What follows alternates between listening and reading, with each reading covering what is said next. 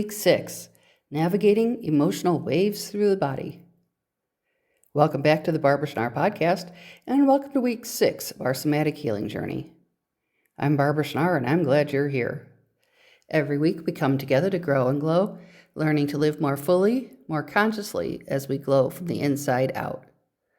This is Week 6 of 12 of the Barbara Schnarr podcast, Somatic Healing Series. If you're following along in my 12-week somatic healing book, that's fantastic. If you don't have the book, that's absolutely fine, but you will want something to write with and write on. If you'd like to get the book, just go to the About section of the Barbara Schnarr podcast, wherever you found this episode, and there will be a link to my 12 Somatic Healing Coach Sessions for Coaches and Individuals book on Amazon. Or just go to Amazon and search for Schnarr Coach. That's SCHNARR Coach. Be sure to check out the BarbaraSchnarrPodcast.com. You can find daily motivations, latest podcast episodes, and links to all the books. And be sure to follow me on all the socials too, especially YouTube. Let's build up my numbers. Over the past several weeks, we've developed a foundation of body awareness through breath, movement, safety, and sensory exploration. We've learned that the body is constantly communicating with us through sensations, tension patterns, energy levels, and physical responses. This week, we turn our attention to one of the most important aspects of somatic healing, emotions. Many people think emotions as something that happens primarily in the mind. We often describe emotions using psychological language, right? Like talking about thoughts, beliefs, memories, and interpretations. While these elements certainly play a role, emotions are also deeply physical experiences. Every emotion has a bodily component.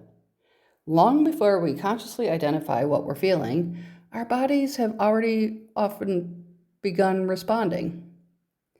A racing heart, a tightening stomach, a lump in the throat, a flushed face, heaviness in the chest, these are all examples of the body expressing emotion before words arrive. One of the challenges many people face is that they've been taught to disconnect from the physical aspect of an emotional experience. From a young age, many of us receive messages that certain emotions are acceptable while others should be hidden, controlled, or avoided. We may learn to suppress tears, hide anger, minimize fear, or ignore sadness. Over time, these patterns can create a disconnect between our emotional experiences and our awareness of what's happening within the body. Somatic healing offers an opportunity to rebuild that connection. When we learn to notice emotions as physical experiences, something important begins to change. Instead of viewing emotions as problems that need to be fixed, we begin to understand them as natural responses that move through the body. Emotions aren't signs of weakness or failure. They're part of the body's communication system. They provide information about our needs, our boundaries, our relationships, and our experiences. The goal of somatic healing isn't to eliminate emotions, but to develop a healthier relationship with them. Think for a moment about a time you felt anxious. You may remember your breathing becoming shallow, or your muscles tightening, or maybe even your stomach felt upset. If you recall a moment of sadness, perhaps you'll notice memories of heaviness, fatigue, or sensation or pressure in the chest. Joy often brings feelings of openness, lightness, warmth, or increased energy. Anger may show up as heat, activation, or tension throughout the body. While these experiences vary from person to person, emotions consistently leave physical footprints that can help us better understand what we're experiencing. This week, I invite you to become a student of your own emotional landscape. Begin noticing where emotions tend to show up in your body. Is anxiety something you feel in your chest? Does frustration appear in your jaw or shoulders? Does excitement create sensations in your stomach or hands? No right or wrong answers. The purpose is simply to observe and become familiar with your body's unique language. One of the most valuable skills we can develop is the ability to stay present with emotions rather than immediately reacting to them. Many of us have developed automatic strategies for dealing with uncomfortable feelings. We distract ourselves, we overthink, we stay busy, we scroll through social media, eat, work, or seek ways to avoid what we're feeling. These strategies often arise because emotions can feel intense, unpredictable, or uncomfortable. However, avoidance can sometimes prolong emotional experiences rather than resolve them. A core somatic practice involves learning how to sit with emotions. This doesn't mean becoming overwhelmed by them or getting lost in them. Instead, it means to allow yourself to observe what's happening in the body with curiosity and compassion. Imagine an emotion as a wave moving through the ocean. If you fight against the wave, you'll expend tremendous energy. If you allow yourself to float with awareness and attention, the wave eventually rises, peaks, then passes. When an emotion arises this week, consider taking a few moments to pause. Bring your attention inward and notice what's happening physically. Ask yourself where you feel the emotion most strongly. Is there a pressure, a warmth, a tension, movement, tingling, heaviness, or some other sensation? Try describing that sensation without labeling it as good or bad. Instead of saying, "My anxiety is terrible," you might notice, "There is tightness in my chest and a fluttering sensation in my stomach." This subtle shift can create a space between you and the emotional experience. An interesting thing often happens when we bring awareness to emotions this way. We begin to notice that emotions are not static. They move, they change, intensify, they soften or transform over time. What initially feels overwhelming may gradually shift into something more manageable. By staying connected to the body's experience, we allow emotions to complete their natural cycle rather than becoming trapped through resistance. Sometimes, however, sitting still with emotions may not feel supportive.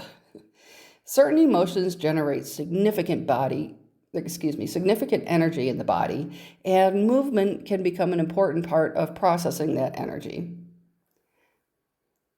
Movement gives emotions a pathway for expression. Think about how naturally children move when they experience strong feelings. They run, they jump, stomp, cry, laugh, express themselves physically. Adults often learn to suppress these natural responses, holding emotional energy inside the body. This week, experiment with movement as a tool for emotional processing. If you're feeling anxious, try shaking your arms or legs or body for a few minutes. Notice whether the physical activation begins to shift. If you're experiencing sadness, explore slow stretching or swaying or a mindful walk. If frustration or anger is present, grounding movements such as pressing your feet firmly to the floor or pushing against a wall may help create a sense of stability and release. Music can also be a powerful companion during emotional processing. Different types of music can evoke different emotional responses and support expression. You may find that certain songs help you access emotions that may have been difficult to acknowledge, while others help create feelings of comfort and support. Allow yourself to move in whatever way feels natural without worrying about appearance or performance or technique. Breathwork offers another valuable resource for emotional regulation. Throughout this journey, we've explored the relationship between breath and the nervous system. This week, consider using breath as an anchor during an emotional experience. When emotions feel intense, slow and steady breathing can help create a sense of stability. It doesn't remove the emotion, but it can help prevent the nervous system from becoming overwhelmed by it. You may notice that different breathing techniques support different emotional states. Longer exhales often encourage relaxation and nervous system regulation.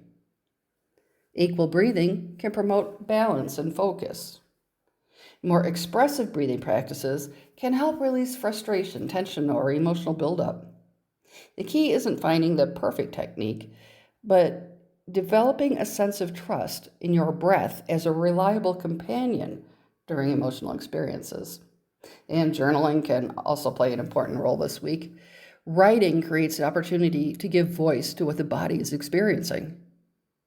After emotional moments, consider taking a few minutes to reflect. What sensations were present? How did your body respond? What helped you stay connected? Were there moments when you felt resistance or a desire to avoid the experience? These reflections can reveal valuable patterns over time. As you deepen your emotional awareness, it can be helpful to create what I like to call an emotional anchoring toolkit. Think of this as a collection of practices, objects, and resources that can help you remain connected when emotions arise. This might include placing a hand on your heart, or wrapping yourself in a comforting blanket, holding a grounding object, listening to calming music, stepping outside into nature, maybe even practicing a favorite breathing exercise. Having these resources available can create a greater sense of confidence when navigating emotional experiences. One of the most important lessons of somatic healing is that emotions are not enemies. They're not obstacles standing in the way of healing. In many ways, emotions are part of the healing process itself. They carry information, energy, and opportunities for deeper understanding. When we stop fighting emotions and start listening to them, we often discover that they have something important to teach us. And this doesn't mean that every emotion feels pleasant. Some emotions are deeply uncomfortable. Some bring vulnerability, uncertainty, or pain. Yet, even with difficult emotions, it's all part of the human experience. Learning to meet them with compassion rather than judgment creates a profound shift in how we relate to ourselves. As you move through this week, practice speaking to yourself with kindness during emotional moments. Imagine how you would respond to a close friend who's struggling. You would likely offer patience, understanding, and support, right? Consider extending that same compassion inward. Instead of criticizing yourself for feeling anxious, sad, or frustrated, or overwhelmed, remind yourself that emotions are natural and that your body is doing its best to process the experiences. As we conclude this week's exploration, take a moment to appreciate the courage it takes to engage in emotions this way. Emotional awareness isn't always easy, but it can be a very transformative aspect of somatic healing. Every time you pause, notice a sensation, take a breath, or choose curiosity over avoidance, you're strengthening your relationship with yourself. Thank you for joining me in week 6 of our somatic healing journey. As you continue through the days ahead, remember that emotions are like waves moving through the ocean of human experience. Some arrive softly, while others arrive with great intensity. Your task is not to stop the waves from coming. Your task is to learn how to meet them, move with them, and trust that they will eventually pass. Your body holds remarkable wisdom, and when you learn to listen, it can become one of your greatest guides on your path towards healing and wholeness.